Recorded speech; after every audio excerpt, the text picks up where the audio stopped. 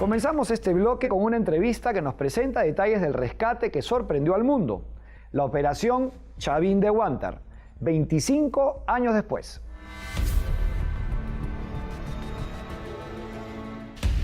Gracias, Renzo. Hace 2 días se celebró 25 años de la operación de rescate Chavín de Huántar, una acción militar que ha sido considerada la mejor operación del mundo.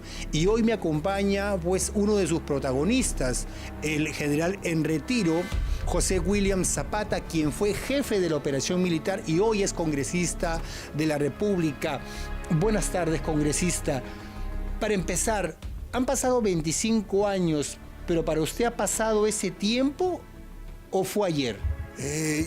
Parece que hubiera sido ayer, ¿no? Hemos cumplido ya los 25 años hace 2 días. Sin embargo, los recuerdos siempre están presentes porque esto fue intenso, fue muy importante para la nación, importante para el Perú, importante para nosotros. Lo tenemos siempre cerca a nuestro recuerdo. Fue un esfuerzo conjunto, porque evidentemente participó el Ejército y la Unidad Especial de Combate de la Marina, ¿no? Pero ¿cómo se llegó a la idea, al proyecto, a concretarlo? Porque duró 126 días estuvieron secuestrados los rehenes y durante ese tiempo se tuvo que analizar la situación bajo niveles de inteligencia u otros procedimientos. ¿Cómo se manejó? ¿Qué detalles hay que hoy por hoy muchos no recuerdan porque ha pasado mucho tiempo y las generaciones han cambiado? Sí, esta es una operación militar de rescate de rehenes y como tal obedece a un protocolo militar que contempla desde la organización, acciones de inteligencia, acciones operativas. Dentro de ello está el planeamiento de la operación y el entrenamiento que realizamos para que ésta tenga éxito.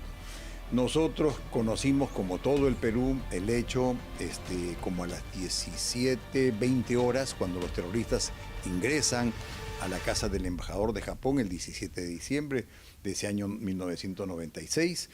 Y inmediatamente nuestro comandante general, un general, ordena que preparemos las cosas por si hubieran de emplearnos. Entonces comenzamos a preparar a la fuerza que podría intervenir. Esa noche en un batallón comenzaron ya a organizarse y al día siguiente a las 6 de la mañana ya estábamos preparando la posible unidad que intervendría. Utilizamos hombres todos con especialidad de contraterrorista, todos comandos, con experiencia en el CENEPA, con experiencia también en zona de emergencia, y a esto agregamos a infantes de Marina que pertenecían a la UEC, Unidad Especial de Combate, las unidades de las fuerzas especiales entrenadas para acciones contra el terrorismo. Están todavía en los 3 institutos de la Fuerza Armada. Entonces a mí me ordenan que teníamos, ¿no?, la posibilidad de tener la logística de ellos, pero yo me encuentro con el comandante de la Infantería de Marina, o sea, me refiero a la UEC, y él ofrece también a su unidad. Es obvio de que para que una operación salga bien, uno tiene que valer, y para todo, cuando queremos que las cosas salgan bien, tenemos que utilizar a los mejores hombres, a las mejores personas, porque eso es garantía de que va a tener éxito la empresa que tengamos que hacer, en este caso una operación. De esta forma es que los marinos también se incorporan a la patrulla y componemos lo que denominamos luego la patrulla tenaz. Usted desde el primer momento que fue convocado, ¿veía que iba a terminar en una operación de rescate o que las negociaciones iban a tener éxito en lo que en ese momento se había denominado la crisis de los rehenes? Nosotros nos preparamos para poder hacer la acción de rescate. O sea, esa es la esencia de nuestro entrenamiento, la esencia del ser de nosotros y de la unidad que componíamos. Estaban mentalizados ya. Sí, claro, porque esa es la tarea que tenemos que hacer. Pero obviamente este manejo tiene que ver con una salida pacífica, con el intento de que los terroristas se vayan a rendir, dejen a los rehenes y se acabó el asunto. Pero nosotros sí nos preparamos por si el Estado, el gobierno, creía conveniente que pudiéramos ser empleados en el rescate de rehenes. Entonces nos preparamos para ello. Sí teníamos también, como todos, la esperanza de que se solucione esto por la vía pacífica. Lamentablemente no sucedió así.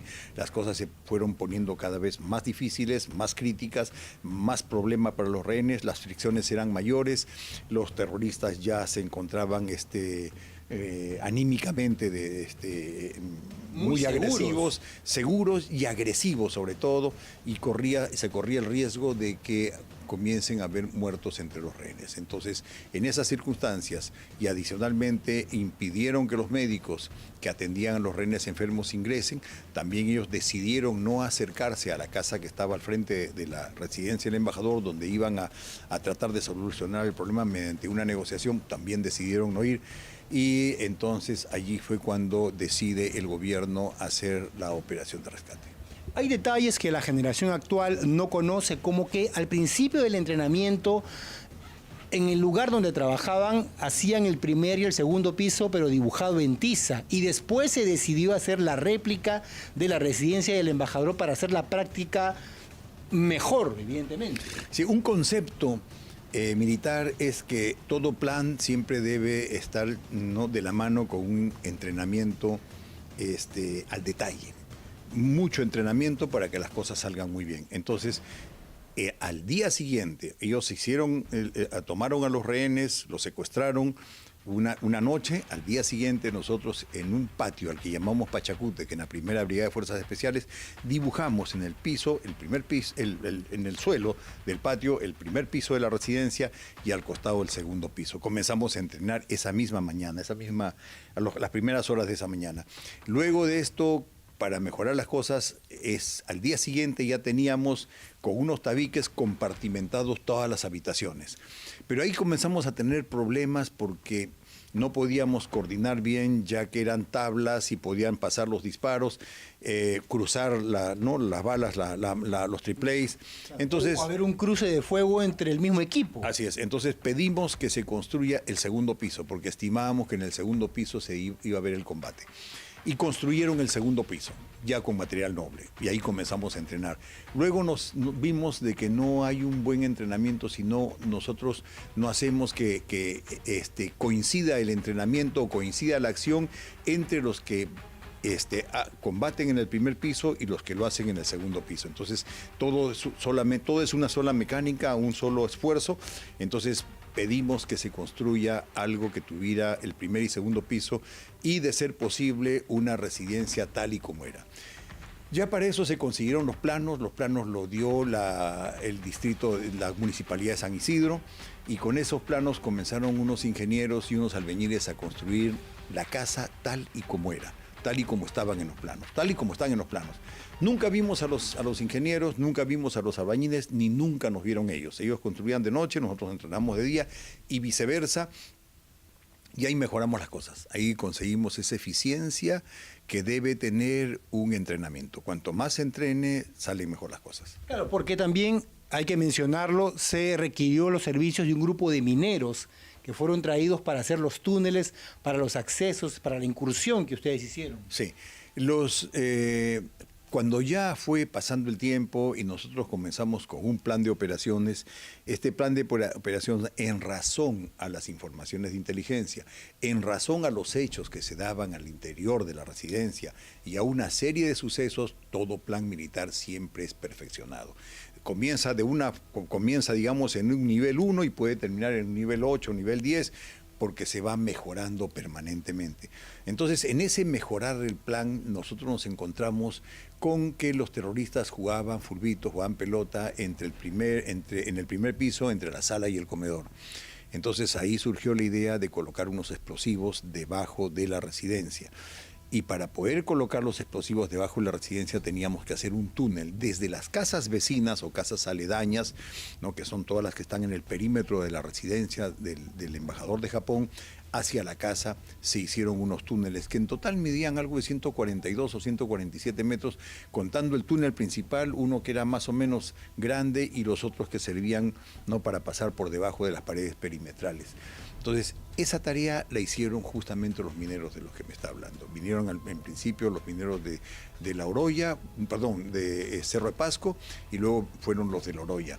Estos señores, excelentes personas, muy buenos trabajadores, obviamente por cuestiones de inteligencia se les dijo que iban a hacer una tarea en unas minas que se habían derrumbado por Cajamarca. Total, llegaron a la primera brigada de fuerzas especiales y de ahí los llevaron hacia las casas vecinas y comenzaron la tarea. Ahí recién se les explicó y ellos se dieron cuenta, comprendieron que por cuestiones de seguridad ellos tenían que seguir trabajando. No pudieron encontrarse con sus familias, se les hizo comprender esto porque decirles que se vayan, pues se hubiera perdido el secreto, hubiera sido y todo lamentablemente hay que mencionarlo también para que lo sepan las actuales generaciones, hubo un medio de comunicación, un diario, sí, que soltó el rumor y casi arruina la operación. Sí, la República, para ser precisos, se estaba haciendo el túnel y pues sucedió de que ya se hablaba de que habían ruidos en la parte de abajo, entonces salió esa publicación y encima filmaron unas furgonetas que iban cargadas por el peso, ¿no?, y era tierra que iba saliendo, pero menos mal que no pasó nada mayúsculo, porque si un terrorista pedía una barreta, ¿no?, y metía un par de golpes, pues se abría un túnel y todo ese plan que duró semanas o meses se iba a ir al tacho. Ahora general y hoy congresista, nos está contando detalles muy importantes que, bueno, para mi generación los tenemos muy presentes. Los jóvenes de hoy lo desconocen y están tomando conocimiento de ello a través de lo que usted nos viene narrando. Pero cuando empezó toda esa historia en ese momento, hablamos en los años 90, ¿cómo fue asumir la jefatura de esta operación? Cuando le dijeron, General José Williams, usted va a ser el jefe de la operación, ¿cómo tomó usted esa disposición? Como una gran responsabilidad, como algo importante que me tocaba hacer en ese momento de mi vida militar. Yo era coronel jefe de operaciones de la primera brigada de fuerzas especiales, o sea, a mi cargo estaba todo lo que era operativo, teníamos gente en zona de emergencia también. ¿Nunca dudó de su capacidad? No lo hice y pienso que tampoco un militar que está preparado lo haría, ¿no? Entonces es que me nombra el comandante general de la brigada. Cuando yo le pregunto, digo, mi general, tiene que usted nombrar a un comandante de la patrulla. Entonces me dijo, usted, bien, está bien. Y luego se lo comunicamos él le comunicó al jefe del comando conjunto y le dijo que él proponía que yo sea el comandante de la patrulla. El jefe del comando conjunto estuvo de acuerdo y así es como yo asumí el mando de la patrulla. O sea, tuve a mi cargo el entrenamiento, obviamente junto con los demás miembros de la patrulla que tenían responsabilidades importantes. Básicamente trabajamos en entrenamiento 3 coroneles, Luis Alatrista, Jesús Reyes, quien habla. Y los demás oficiales que estaban a cargo de la patrulla, sean del elemento de asalto, del elemento de seguridad, del elemento de francotiradores y del elemento de apoyo, cada uno trabajó en la parte que le competía. Y todos hacíamos entrenamientos, ¿no?, por separado, y luego combinamos solamente el primer piso y después trabajamos con todo el primer y segundo piso. Yo creo que uno de los asuntos más importantes de esta operación fueron el detalle de las cosas que hicimos. Teníamos todo sumamente calculado, el planeamiento también muy bien hecho, el secreto que se guardó, los comandos no se refirieron a nada, no comentaron el hecho, nunca se supo que estábamos entrenando, nunca se supo de la residencia, ni nada salió al exterior. O sea, estos hombres supieron conservar el secreto, trabajar para que la sorpresa sea ideal, entrenaron y sabían que podían ellos morir en el intento. Durante toda esa etapa, ¿cómo era el estado de ánimo de los comandos? ¿Cómo los veía ustedes? Elevado, siempre con ánimo, siempre entusiasmados, siempre con el conocimiento de que teníamos una responsabilidad mayor. Y la responsabilidad se da, ¿sabes? Se da en el asunto de que nosotros ya íbamos saliendo del problema del terrorismo. Ya íbamos soltando esa carga pesada que significó muerte, problemas de desarrollo, tristezas y una serie de cosas más. Ya le íbamos ganando al terrorismo, ¿no? La lucha. Sendero Luminoso era bastante más fuerte, el MRTA estaba más debilitado. Con esta operación el MRTA quedó totalmente desarticulado y le enviamos un mensaje muy fuerte a Sendero Luminoso para que no se le ocurra hacer lo mismo. Y también el mensaje que se envió a la región y al mundo es que el Perú es un país serio, que no negocia ni trata con terroristas y que los combate. Y estábamos decididos nosotros a contribuir desde la parte nuestra en salir de ese grave problema sobre el cual ya habíamos comenzado en la década del 80. Claro, para ese momento, recordemos todos los peruanos y las generaciones actuales lo deben saber, el Perú vivía pues a merced de Sendero Luminoso y del movimiento revolucionario Túpac Amaru, que en ese momento estaba más debilitado, y con esta operación, o bueno, esta incursión que hizo el MRTA liderada por Néstor Serpa Cartolini, él pensaba reivindicar a su movimiento, pero lamentablemente terminó perdiendo. Sí, él lo que pretendía era potenciar a su movimiento, hacerlo que nuevamente esté en actualidad, porque pidió que salgan decenas, ¿no?, de presos, ¿no?, que estaban en cárceles de Perú, Bolivia y Uruguay. Pidió dinero, pidió luego de que todos ellos sean dejados en un lugar de la selva central y que también se cambie la política económica del Perú. ¿No? Habíamos pasado una desgracia de tiempo con la economía, ¿no?, con unas inflaciones increíbles y íbamos saliendo adelante. Entonces, imagínate, hacer todo ello hubiera significado que el Perú pues vuelva nuevamente al hoyo, retrocedamos muchísimo. Es que el pensamiento del terrorista es demencial. El pensamiento marxista, ¿no?, quiere casualmente eso, esa desorganización, ese desastre, para poder ellos sacar provecho de esto. Hubieran habido obviamente problemas de carácter social, político, económico y de seguridad. Si la operación no tenía éxito, obviamente que políticamente el gobierno hubiera estado muy mal, en el exterior nos hubiéramos visto pésimos, la economía hubiera tenido graves problemas, socialmente la población se hubiera sentido más intranquila, desanimada, poco estimulada. O sea, los efectos hubieran sido más grandes. Entonces, allí creo yo que está lo importante del asunto. Nosotros tuvimos la suerte, y esos valiosos hombres, de poder rescatar a 72 rehenes. Lamentablemente murió uno de ellos, el doctor Justi. También con mucha pena murieron dos comandos, Juan Valer y Raúl Jiménez. Y además tuvimos entre 12 y 14 rehenes heridos y 25 comandos heridos. Uno quedó de la pierna, otro quedó utilizado el hombro. Pero bueno, el asunto está en que se asumió esta tarea con responsabilidad para evitar volver nosotros a momentos muy difíciles. Entonces, claro, porque en ese momento, si recordamos, cuando empieza la crisis de los rehenes, ya el Perú estaba pacificando, en pocas palabras. Sí, y esto como que hizo que regresara la enfermedad del terrorismo. Pero al final la operación significó el remedio, y el remedio fue mejor que la enfermedad, porque la operación sorprendió al mundo y a todos los peruanos que nos tenían vivos. Así es. Le devolvió la tranquilidad al Perú. El Perú vivía unos momentos muy graves, pero no solamente porque teníamos a 72 rehenes y se hablaba de la crisis de Lima, crisis de los rehenes de Lima, vino prensa de todo el mundo, sino por lo que dije antes, los efectos no hubieran sido catastróficos. Hubiéramos retrocedido económicamente, política, socialmente, y desde el ámbito de seguridad hubiéramos tenido grandes problemas.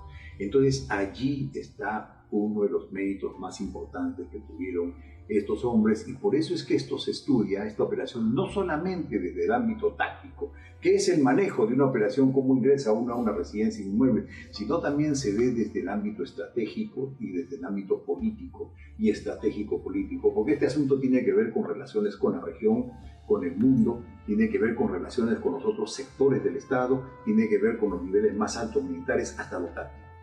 O sea, y hoy, en general, 25 años después, en esa operación se venció al terrorismo, lo derrotamos. Sí. ¿Pero fue así o no con lo que hoy vivimos? Yo creo que no solamente aquí, fíjate, no solamente en esta operación nosotros le ganamos al terrorismo, nosotros le ganamos al terrorismo en el Brain, en Ayacucho, en Huánuco, en diferentes lugares. Y no me refiero a que solamente lo ganaron los militares, los policías, las autoridades, los medios de comunicación, la sociedad civil, porque los terroristas mataron a gente de todos esos de espacios de todos esos ámbitos. Y lo que hoy vivimos... Y lo que sucede es que no supimos nosotros consolidar esa victoria. Y consolidar esa victoria significa que les tengamos un Estado con visión, un Estado que comprenda de que luego de esa derrota se tiene que trabajar mucho con educación, se tiene que trabajar haciéndole comprender a la ciudadanía que eso fue malo, haciendo ver que todo lo que es terrorismo, marxismo, leninismo y todo eso no sirve porque no nos lleva a nada. Allí estuvo la falla del Estado y del gobierno. Y es por eso que ahora tenemos Movadef. Y es por eso que tenemos algunas personas que tratan de reivindicar el marxismo. Y el marxismo no nos va a llevar a nada, porque en ningún lugar ha funcionado. Y lamentablemente recordemos también que fueron procesados los comandos. Sí, bueno, sí, fuimos procesados, nos sujetamos a las reglas que existen en una sociedad y pues nos enjuiciaron primero en el fuero privativo militar, luego una contienda de competencia, pasamos al fuero común, ¿no? Que es en lo penal. Y luego adicionalmente nos denuncian también a la Comisión Interamericana de Derechos Humanos y luego pasamos a la Corte Internacional de Derechos Humanos. Pero muy bien, pasó el tiempo y luego de 5 a 6 años y que se hiciera un proceso como corresponde, fuimos absueltos, tanto en Sala Nacional como en la Corte Interamericana de Derechos Humanos. O sea, hemos sido absueltos en los dos ámbitos de la jurisdicción legal. Tras estos 25 años, yo quiero hacer un reconocimiento a esos valiosos hombres a quienes tuve el honor de comandarlos. Gente muy importante, dedicada a su trabajo, profesionales a carta cabal y que sabían que podían morir en el intento. Hicieron un esfuerzo en provecho de la nación, en provecho del Perú. Siempre un reconocimiento a esas personas y un honor haberlos comandado. Así queda demostrado que esta operación fue un éxito y que, bueno, liberó a los rehenes en esa oportunidad, 25 años atrás, y recordemos que en el 2017... años después de esta operación recién fueron reconocidos todos los comandos como héroes, y en el 2018 también se le dio el reconocimiento a los mineros que construyeron el túnel que permitió esta exitosa operación. Debemos recordar siempre la operación Chavín de Huántar, que significó la derrota del terrorismo, un tema que no debemos olvidar. Adelante, Renzo. Son 25 años de una operación que demostró la preparación y la efectividad de nuestros comandos que nunca olvidemos fueron los que derrotaron al terrorismo.